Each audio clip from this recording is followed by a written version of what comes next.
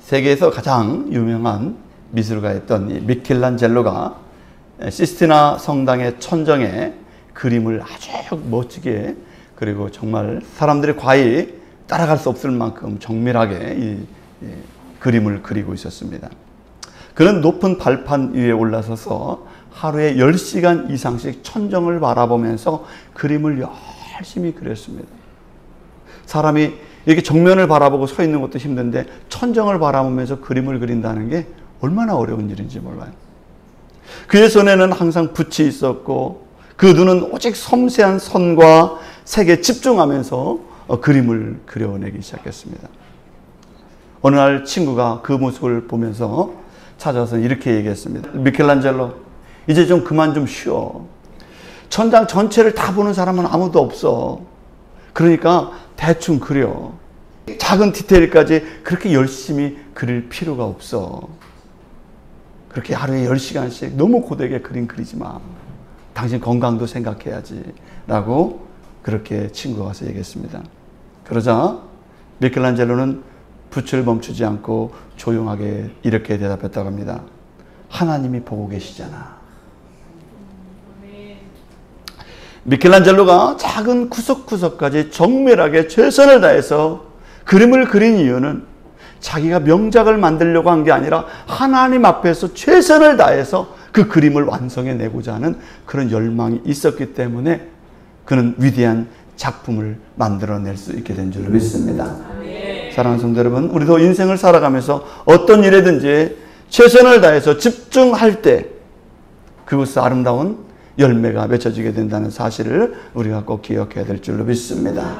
우리의 믿음 생활에 있어서도 우리가 다른 사람 보기 위해서 하는 것이 아니라 하나님 앞에서 내가 예배를 하는 것이고 하나님 앞에서 찬양을 하는 것입니다. 이거를 코람데오라고 하는 거예요. 하나님 앞에서 나는 집중해서 하나님께 나간다 라고 하는 믿음으로 하나님께 나가는 우리 성도님들이 되기를 주의 이름으로 바랍니다. 오늘 본문에서는 솔로몬이 성전을 건축하고 이스라엘 백성들을 하나님의 언약궤 앞에 다 나와서 그 언약궤에 집중하도록 하는 모습이 오늘 성경에 나오고 있습니다. 사실 이스라엘 역사를 보면은 여러분들도 출애굽기 이후 사사기 시대, 그다음에 사무엘상하 열왕기를 보면은 이스라엘은 혼란을 거듭하는 삶을 살았다는 것을 알 수가 있어요. 그들이 출애굽한 이후에 하나님 앞에 집중하지 못하고 있는 모습을 우리는 성경에서 발견할 수가 있는 것입니다. 우리가 사사기 시대를 보면 그들은 어떻게 신앙생활했을까요? 사사기 17장 6절에 보면 이렇게 됐습니다. 그때에는 이스라엘에 왕이 없었으므로 사람마다 자기 소견에 옳은 대로 행하였더라 그랬습니다. 사사기 시대에는 자기가 보기에 좋은 대로 살았다는 거예요. 개인마다 기준이 다르고 자기가 좋아하는 게 다르고 중요하게 여기는 것이 다 다른데 관점이 다 다른데 자기들 하고 싶은 대로 살아가는 시대가 사사기 시대였다는 겁니다. 여러분 성경을 읽으면 이스라엘 백성들이 가장 죄를 많이 지을 때가 언제입니까? 사사기 시대예요. 그들은 죄를 짓고 그리고 하나님의 진노를 받고 또 회개를 하고 또 용서해주면 또 죄를 짓고 했던 것이 반복되는 역사가 사사기에 나오고 있는 것입니다. 그들은 하나님 앞에 집중하는 것을 잃어버렸던 시대였습니다. 그 이후에 왕권 시대가 열립니다. 초대 왕이었던 사울은 처음에는 하나님을 잘 섬기는 것 같더니 왕이 된 이후에는 자기 권력을 탐하는 인생을 살게 됩니다. 사울왕은 죽을 때까지 자기의 권력을 탐하다가 하나님이 주신 그 아름다운 하나님의 그 이스라엘 땅을 하나님을 섬기는 나라로 만들지 못하고 자기의 권력을 유지하기 위해서 다윗과 매일 쫓고 쫓기는 전쟁을 하면서 내전을 벌이면서 평생을 왕권 유지를 위해서 살았던 사람이 누구입니까? 바로 사울 왕이에요. 왕정시대는 다 자기의 왕권을 위해 살던 그런 사람들이었습니다. 다윗 시대는 어떻습니까? 다윗은 자기 혼자 열심히 나름대로 하나님을 잘 섬기려고 했습니다. 그런데 그 자녀들이 어떻게 합니까? 자녀들은 서로 왕이 되겠다고 왕자들끼리 싸우고 죽이는 일이 벌어지고 있던 것을 우리가 성경을 통해서 발견할 수가 있는 거예요. 이 솔로몬은 이런 혼돈 속에서 이스라엘 백성들이 혼란을 겪고 있을 때 이스라엘 백성들에게 가장 중요한 것이 무엇일까를 생각하게 됐습니다. 이스라엘 나라에서 가장 중요한 게 무엇일까? 그것은 바로 이스라엘 백성이 안정된 가운데에서 하나님을 바라보는 믿음 가운데 거하는 것이 가장 중요하다는 것을 이 솔로몬은 깨닫게 되었습니다. 그래서 오늘 솔로몬은 집중력을 가지고 하나님 앞에 설 수 있도록 이스라엘 백성들을 이끌고 있는 모습이 오늘 성경에 나오고 있는 것입니다. 오늘 솔로몬은 성전을 짓고 이 성전 안으로 하나님의 법궤인 언약궤를 옮겨지는 사건에 대한 이야기를 오늘 성경에서 말씀해 주고 있어요. 그러면 이 일을 통해서 이스라엘 백성들은 어떤 모습으로 변화되게 될까요? 첫 번째는 함께 모든 백성이 하나님의 언약궤 앞에 모이게 되었다는 것입니다. 솔로몬은 이스라엘의 장로들과 지파의 우두머리들을 소집했습니다. 1절에서 이렇게 말씀하고 있어요. 이에 솔로몬이 여호와의 궤를 다윗성 곧 시온에서 메어 올리고자 하여 이스라엘 장로와 모든 지파의 우두머리 곧 이스라엘 자손의 족장들을 예루살렘에 있는 자기에게로 소집하니라고 되어 있어요. 여러분, 사람들은 모이는 목적이 다 있습니다. 우리가 어떤 건축을 할 때 각종 기술자들을 다 건축을 하는데 모이게도 합니다.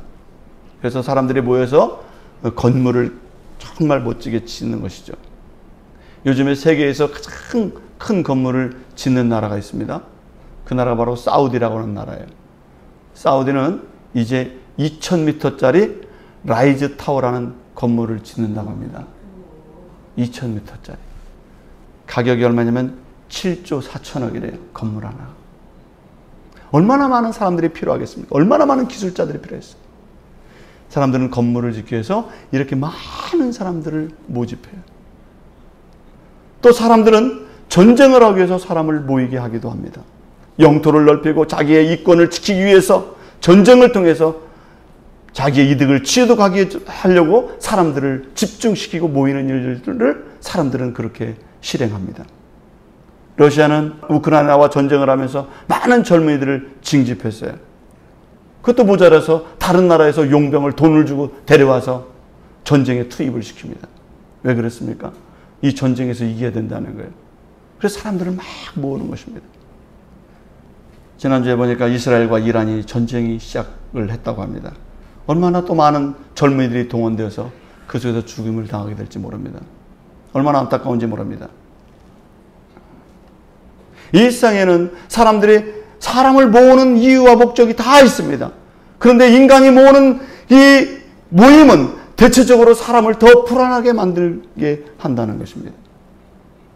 인간이 집중하는 것에 집중하기 시작하면 거기서 분열이 일어나고 인간의 과욕이 생겨나게 되고 또 사람들은 도에 넘는 권력을 갖기 때문에 악이 더 큰 악을 낳는 그런 결과를 초래하는 일들이 비일비재하게 우리가 사는 사회에서 일어나고 있는 것을 우리가 볼 수 있는 것입니다. 그러면 진정한 안정은 어디에서 오는 것일까요? 바로 하나님께로부터 온다는 사실을 우리는 인정해야 될 줄로 믿습니다. 시편 55편 18절에서 이렇게 말씀했습니다. 그가 내 생명을 구원하사 평안하게 하셨도다. 그랬습니다. 하나님은 우리를 평안으로 인도하신다고 성경은 말씀하고 있는 줄로 믿습니다. 빌립보서 1장 20절에서도 말씀했습니다. 내 마음이 그리스도 안에서 평안하게 하라라고 말씀하고 있습니다. 하나님은 우리에게 평안을 주시는 분이신 줄로 믿습니다. 이 평안이라는 것이 어디에서 옵니까? 이 생명의 주관자이시고 우리의 삶을 인도하신 우리의 근본까지 우리를 창조하신 하나님께서 평안을 주실 때 우리는 진정한 평안을 얻게 된다는 사실을 믿으시기 바랍니다. 그러므로 우리들이 마음이 안정되기 위해서는, 우리 마음이 평안하기 위해서는 무엇에 집중해야 될까요? 하나님 앞에 집중해야 될 줄로 믿습니다.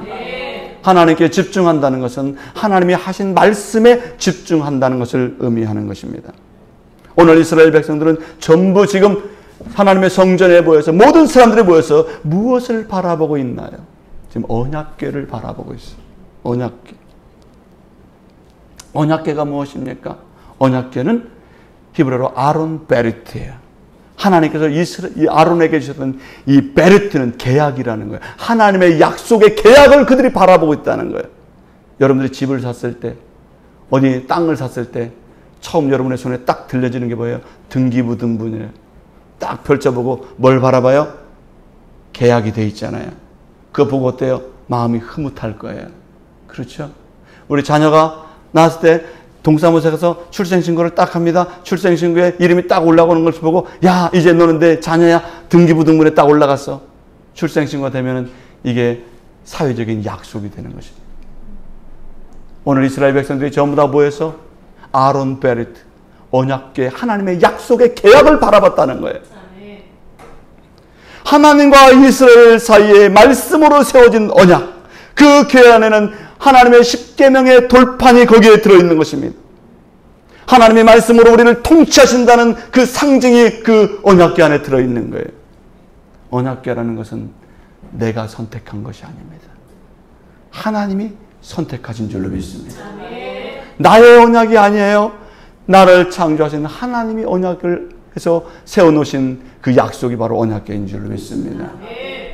그래서 그 위에서 말씀하시고 그 말씀 속에서 우리와 화목하게 하시고 우리를 만나주시는 분이 바로 하나님이신 것입니다. 그래서 이 궤 그 위를 카포렛이라고 속죄소라고 말하는 것입니다. 출애굽기 25장 22절에서는 이렇게 말씀했어요. 거기서 내가 너와 만나고 속죄소 위 곧 증거궤 위에 있는 두 그룹 사이에서 내가 이스라엘 자손을 위하여 내게 명령할 모든 일을 내게 이르리라. 그랬어요. 내가 이 언약궤 위에서 너를 만날 것이고 내가 이 언약궤를 통해서 명령할 것이고 내게 할 말을 너에게 하겠다. 그런 얘기예요. 어디에서요? 언약궤를 통해서 하겠다. 그런 거예요. 하나님은 언약궤 말씀을 통해서 하겠다는 거예요. 이게 하나님이 우리를 통치하시는 방법이에요. 하나님이 우리를 만나주시는 방법이 언약궤를 통해서 우리를 만나주시겠다고 성경은 말씀하고 있는 줄 믿습니다. 그 하나님의 능력이 어디에서 있느냐? 그 말씀 위에 있음을 성경은 기록하고 있습니다. 그래서 우리는 하나님의 말씀의 능력 앞에 있을 때 우리의 마음은 평안하고 하나님이 우리를 다스릴 때 우리는 안정된 마음을 가질 수 있게 될 줄로 믿습니다. 여러분의 인생의 안정, 가정의 안정, 삶의 안정의 시작은 하나님의 말씀인 언약궤에서부터 시작된다는 사실을 우리가 꼭 기억하기를 주 이름으로 축원합니다. 남녀노소가 없습니다. 하나님의 백성이 모두 나와서 그 언약궤인 하나님 말씀 앞에 서서 이스라엘 백성이 혼돈스럽게 살지 말고 이제는 너희들이 하나님 앞에 나와서 안정을 향해서 살아가라고 오늘 솔로몬은 모든 백성을 언약궤 앞에 세우는, 소집하는 모습을 성경을 통해서 보게 되는 것입니다. 언약궤 앞에 섰다는 것은 하나님 앞에 섰다는 것을 의미하는 것입니다. 우리 찬양 가운데 이런 찬송이 있어요. 평화 평화로다 하늘 위에서 내려오네 그 사랑의 물결이 영원토록 내 영혼을 덮으소서. 우리의 평안과 안정은 어디에서 내려온다고요? 하늘에서부터 내려오는. 하나님의 언약궤인 그 말씀에서부터 그 백성들이 다 모여 있는 것입니다. 왜요? 이스라엘의 평안, 이스라엘의 평화, 이스라엘 백성들의 안정은 어디에서 출발하느냐? 바로 하나님으로부터 나온다는 사실을 인정하고 그 모든 장로들과 우두머리들과 족상들이 다 예루살렘에 소집되었습니다. 백성들이 다 모여서 그곳에 언약궤 앞에 서 있는 모습을 우리가 볼 수가 있는 것입니다. 사랑하는 성도 여러분, 오늘 우리들도 하나님의 언약궤 앞에 서 있는 자들이 되기를 주 이름으로 축원합니다. 언약궤에 집중할 수 있기를 주 이름으로 바랍니다. 두 번째는 언약궤에 집중했을 때 어떤 일이 벌어졌을까요? 두 번째는 그들의 신앙생활과 삶의 안착이 이루어지게 되었다는 거예요. 열왕기상 8장 6절에서 이렇게 말씀했습니다. 제사장들이 여호와의 언약궤를 그 처소로 메어 드렸으니 곧 성전의 내소 지성소 그룹들의 날개 아래라 그랬습니다. 솔로몬 이전 시대에는 언약궤가 어떻게 했습니까? 언약궤가 천막 안에 있거나 저 오베데돔의 집에 있거나 이 언약궤가 늘 광야를 떠돌았어요. 이 언약궤는 늘 항상 성소 바깥에서 있었습니다. 그런데 오늘 이 언약궤가 성전의 내속 지성소에 안착하도록 했다는 것입니다. 성전을 짓고 지성소 위에 이 법궤, 이 언약궤가 딱 안착하도록 해놨다는 거예요. 이 언약궤를 함부로 아무도 건들지 못하도록, 함부로 침범하지 못하도록, 이 언약궤를 하찮게 대하지 않도록 지성소 중심에 이 그룹의 날개 아래 좌정하도록 언약궤를 잘 지성소에 안착시켰다고 성경은 기록해놓고 있습니다. 여러분, 왜 언약궤가 성전 안에 잘 안착되는 게 중요할까요? 예전에 출애굽 시대는 성막 중심이었습니다. 성막은 이동형이에요. 천막으로 되어 있기 때문에 계속 옮겨 다니는 거예요. 그런데 오늘 언약궤가 성전에 고정된 장소 예루살렘 성전으로 옮겨지면서 이제 지성소에 차근히 안착하게 되었다는 것입니다. 이것은 이제부터 하나님 나라의 질서와 통치가 이스라엘에 확정되었음을 나타내고 있는 줄로 믿습니다. 하나님 백성들의 신앙도 이제는 하나님의 믿음 안에서 안착되어서 이제 올바르게 하나님을 섬길 수 있는 기회가 그들에게 주어졌음을 성경은 말씀하고 있는 줄로 믿습니다. 여러분, 안착된다는 것이 얼마나 중요한지 몰라요. 안전하게 내 자리를 쫙 잡았다는 것이 얼마나 중요한지 모릅니다. 솔로몬은 이스라엘 백성들이 그렇게 하나님의 말씀 안에서 안착해서 그들의 믿음 생활도 온전하고 바르고 그들이 건강하고 평안한 삶을 살게 하기 위해서 성전 안에 지성소에 하나님의 언약궤를 안착시켜서 그들이 온전한 신앙의 삶을 유지하도록 그들을 이끌고 있는 모습을 성경을 통해서 보게 되는 줄로 믿습니다. 여러분, 지난주 보니까 인도에서 여객기가 사고가 일어났어요. 비행기가 착륙을 하려면 어디로 착륙해야 됩니까? 활주로로 착륙을 해야 돼요. 비행기는 활주로에 잘 안착을 할 때, 착륙을 할 때 그 착륙하는 것이 얼마나 소중한 것인가를 비행기가 착륙을 착 하면서 느끼게 되는 거예요. 평상시에는 안착하는 게 그렇게 중요한지 잘 몰라요. 그런데 사고 나는 비행기를 보니까 착륙하는 것이 얼마나, 안착하는 게 얼마나 중요하다는 사실을 깨닫게 되는 줄로 믿습니다. 자녀가 학교 생활을 시작할 때, 학교에 적응하지 못했을 때 얼마나 불안합니까? 그러나 학교에 잘 적응해 갔을 때 얼마나 마음이 평안한지 모릅니다. 여러분들의 신앙생활에서도 여러분들의 신앙이 늘 흔들리고 갈피를 잡지 못하고 어떤 방향으로 가야 될지 혼돈스러울 때 그 얼마나 안타까운지 모릅니다. 여러분들 하나님의 은혜의 말씀 안에서 그 하나님의 말씀을 붙잡고 하나님의 은혜 안에서 잘 믿음이 잘 안착되기를 주의 이름으로 축원합니다. 그것이 얼마나 보기 좋고 아름다운지 모릅니다. 하나님은 더 이상 하나님과 나와의 관계가, 하나님과 우리의 믿음 사이가 흔들리지 않는 이스라엘 백성들이 되기를 하나님이 원하셨던 것입니다. 이스라엘 백성들아, 더 이상 너희들이 혼돈스럽게 살지 마라. 사사기 시대와 같이 자기 마음대로 살지 말아라. 니네들 보기 좋은 대로 사는 것은 죄악의 삶일 뿐이라는 사실을 알려주고 있는 거예요.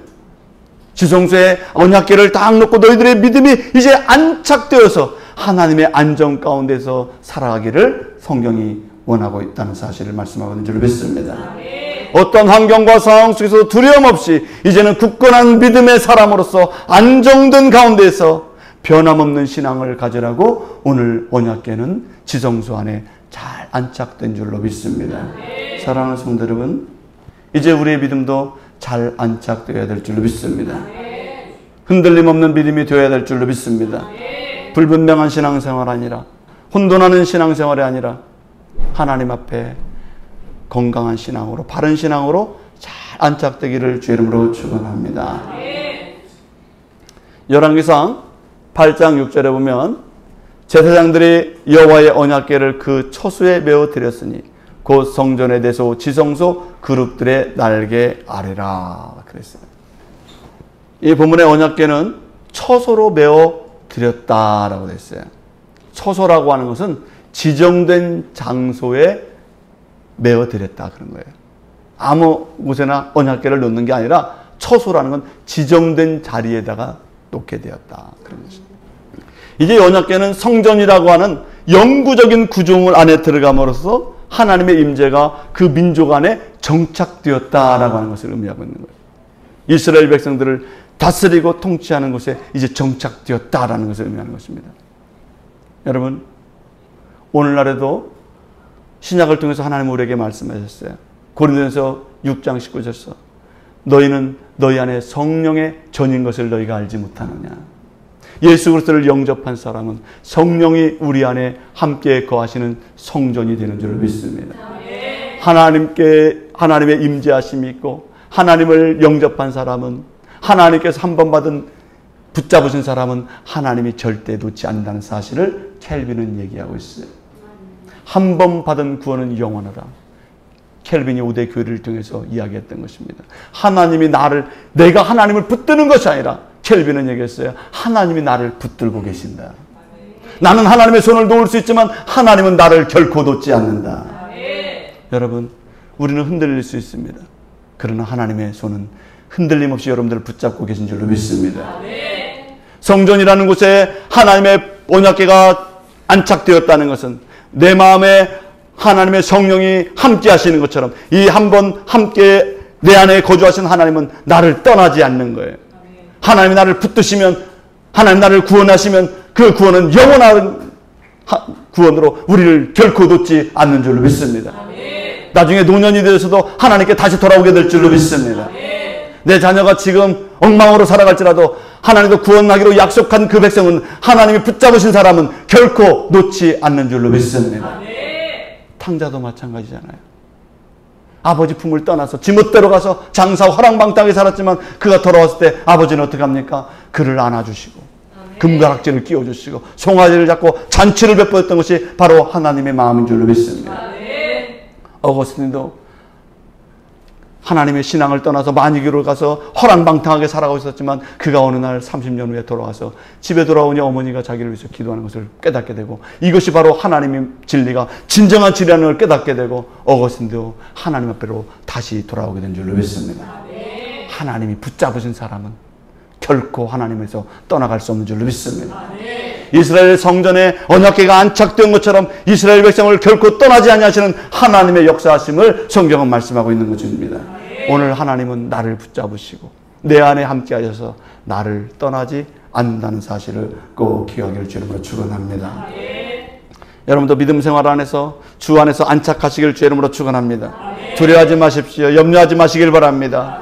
하나님 안에서 안정과 평안을 누리는 믿음의 삶이 이어지기를 주의 이름으로 축원합니다. 세 번째로 언약궤의 안착은 사역의 시작을 의미하는 것입니다. 열왕기상 18장 10절에서 11절에 이렇게 말씀했어요.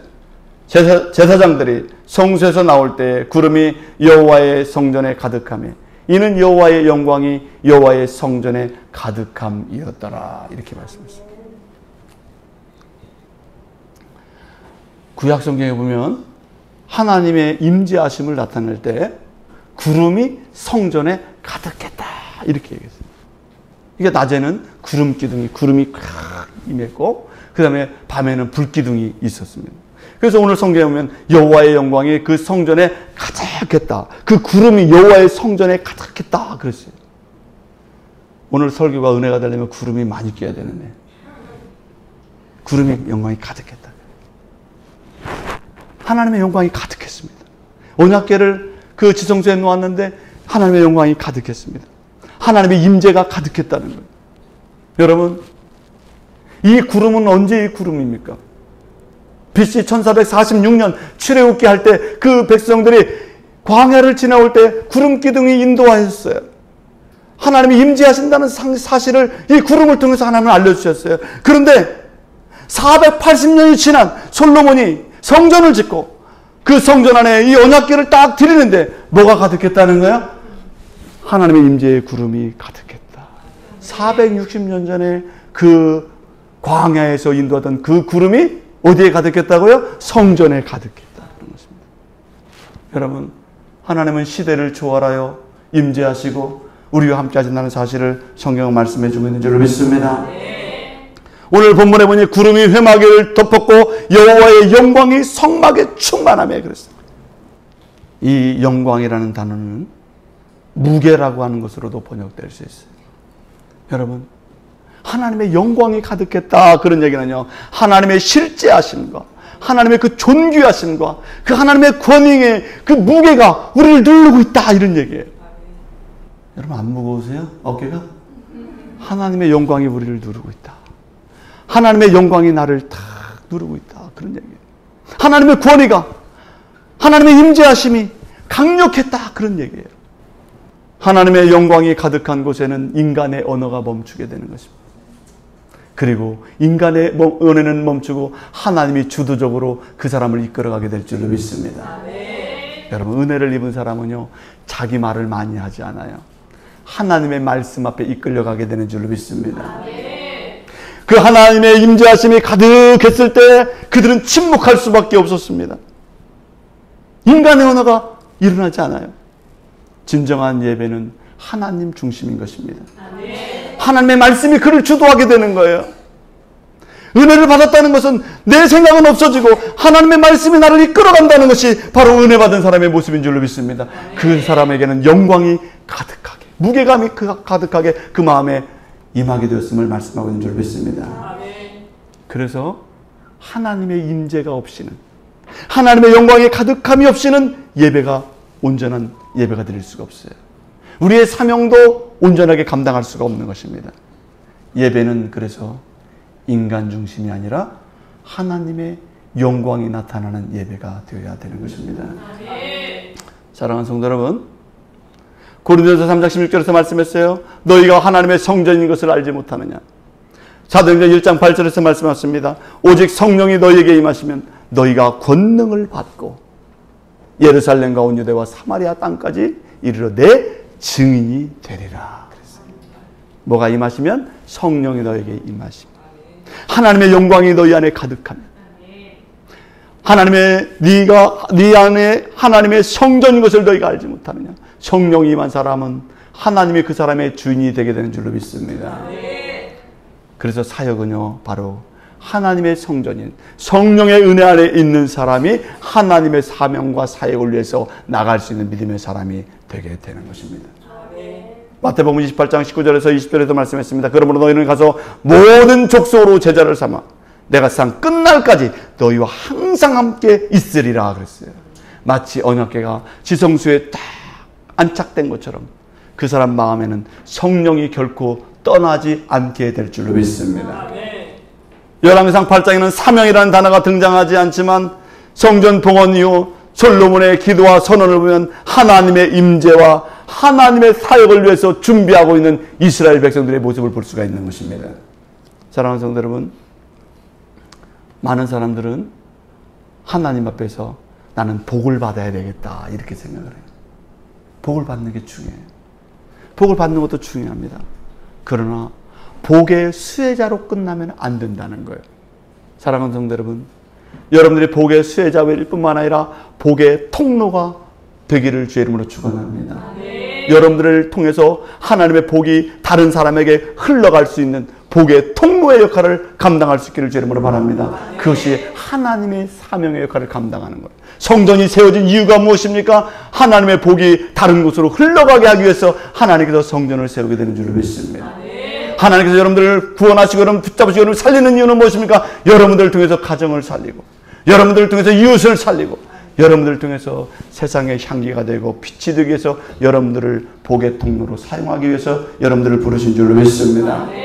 그래서 이스라엘 백성들은 이제 성전 앞에 다 모여서 언약궤를 옮겨놓고, 그들이 이제는 더 이상 흔들리는 믿음의 사람들이 아니라 잘 믿음 안에 흔들림 없는 믿음으로 안착되어서 하나님과의 관계가 변함없이 돈독하고, 이제는 하나님의 사명을 가지고 이스라엘을 넘어서 예루살렘과 유대와 세상 끝날까지, 땅끝까지 이르러 하나님의 복음의 증인이 되기 위한 제사장 나라의 사명을 감당하게 하고자 하나님께서는 이스라엘 백성들에게 언약궤를 그 성전에 안착하게 하셨다는 사실을 성경으로 알려주고 있는 줄 믿습니다.